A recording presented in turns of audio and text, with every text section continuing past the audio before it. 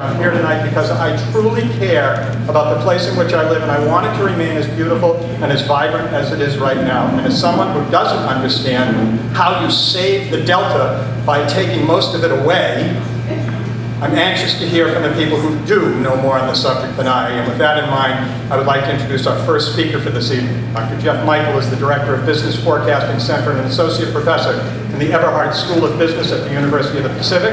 His areas of expertise are regional and environmental economics, with most of his research being on the economic impact of environmental policies such as the Endangered Species Act, sea level rise, greenhouse gas controls, and land preservation.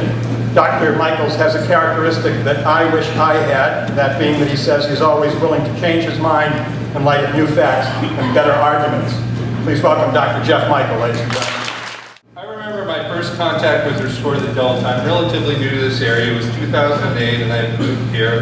And I attended a water issues forum at the University of the Pacific where I'm blessed to work. I went to the University Center expecting a small crowd on this sort of obscure topic, but the University Center was absolutely packed. I learned a lot that day, and on the way out I picked up this particular bumper sticker right here. Restore the Delta, fishable, swimable, drinkable, farmable. I went out and I put this on my car that day. What a nice positive message. Now at that time I didn't know Restore the Delta was an actual organization. I was new here. I thought this was just a nice sentiment. Like, you know, I love puppies, or practice random acts of kindness. Well, soon thereafter, I heard Barbara Bergen-Pere on the radio, and I said, well, hold on. Restore the Delta is a little bit more than hugging puppies. And soon thereafter, I was told, Restore the Delta. I was in Sacramento, and very important people told me they were a self-interested NIMBY group, and they were going to be rolled over for the greater good of the state's economy. So, you know, being an enterprising young economist new to California, I went out and I scraped this bumper sticker off my car. I said, I don't want to be hanging around with those people. Now, at that time, I didn't know, you know, I was skeptical of the plan. I didn't know it was the best thing for California or not. It was clear to me, though, that there was a lot of misinformation going on, and there hadn't been any real attempts at economic things like benefit cost analysis, which is what governments do when they're pondering billion-dollar infrastructure investments. And I'll tell you, after 4 years and doing 3 significant economic studies on the subject, I've now come to the conclusion that the plan is bad for the state, that there's less costly, better solutions. And at the same time, while I've been coming to this conclusion, I've been watching this little NIMBY group, Restore the Delta, grow into a statewide organization, an organization that's found its voice and has a compelling message and is winning people over around the state. So I've been asked to briefly describe my conversion to a Delta advocate without using any math. So here goes. This is how I got started in this. In 2009, it's a little bit econ, it has nothing to do with water. The nation was in the worst economic crisis since the Great Depression, and the epicenter was right here in the Central Valley.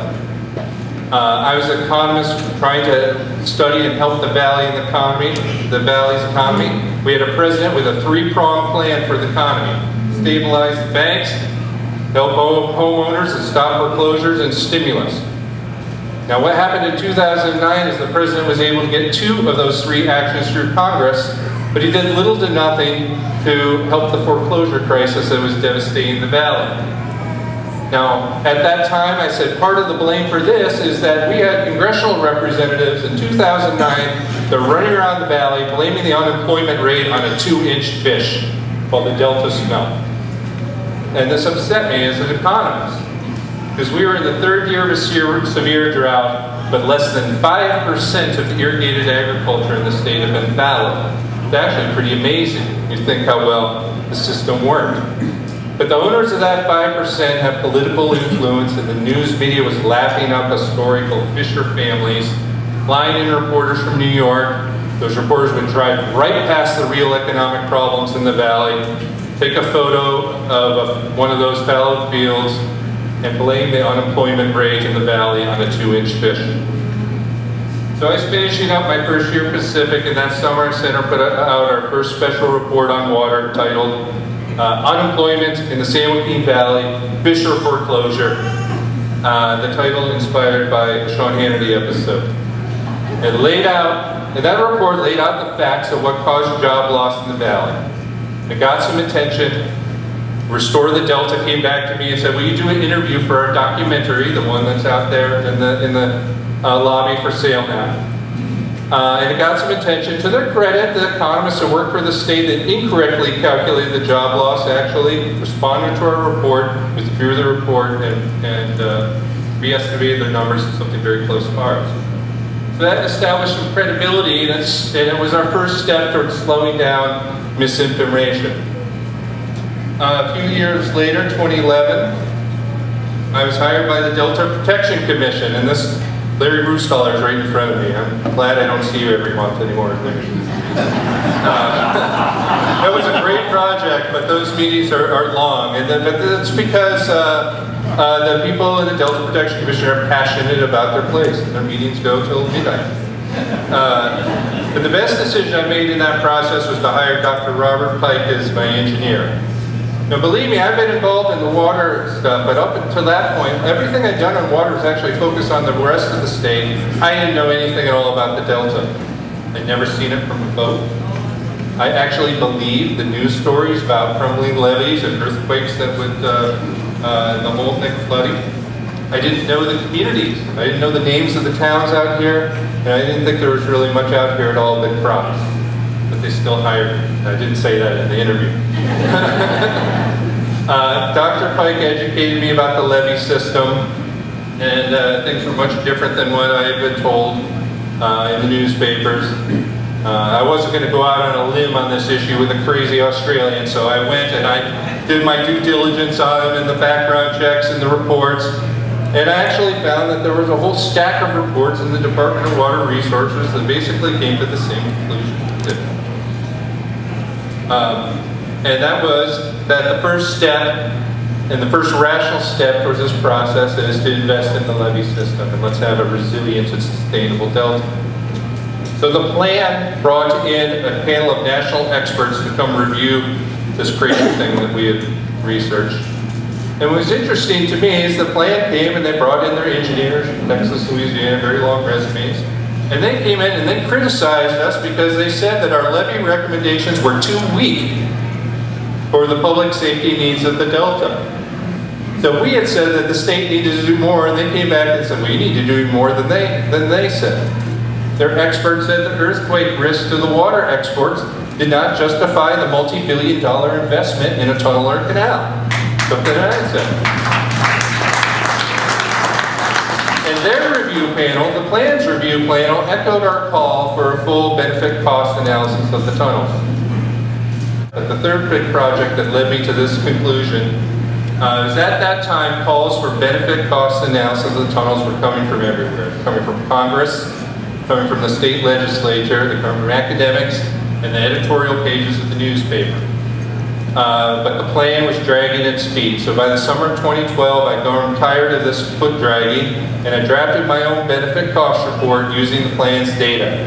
But the pieces are here, somebody just needs to put it together. So I did.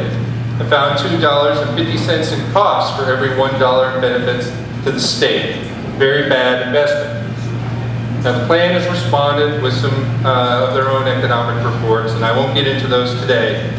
But I'll say that they've done very little to change the growing doubts in California across the entire state about the financial viability of the plan. And through this research process, I became convinced that Restore the Delta's common sense call for levee improvements and freshwater flows through the Delta is the best approach, not just for the Delta, but for the state as a whole. It's clear that Southern Californians are better off spending their money on modern, sustainable water supply alternatives. And the farmers simply can't afford the tunnels in the San Joaquin Valley. So tonight, I'm going to put this sticker on my car.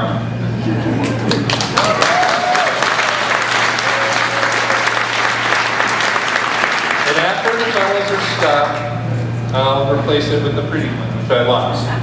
But I'm going to move all the way to the blonde sticker. So in closing, I just want to say what it means to me to be a Delta advocate. If you would have asked me to accept this award a year and a half ago, I actually would have turned it down very rudely. But I've come to the conclusion that in this case, being an advocate is a good thing. A Delta advocate cares about this special place.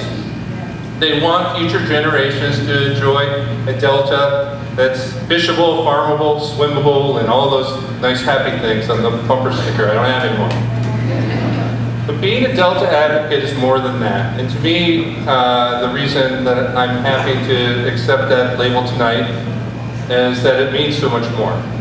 To me, it means being an advocate for facts over fear and policy debates. Being a Delta advocate means being an advocate for good government, demanding government agencies follow their own rules, and that they be responsible with taxpayer and ratepayer dollars. Being a Delta advocate means standing up for enduring values, things like environmental sustainability, fairness, democracy, and the rule of law. But the best thing about being a Delta advocate is right here tonight, all the great food and the wonderful Delta wine and all the friends that are here. So thank you for this invitation.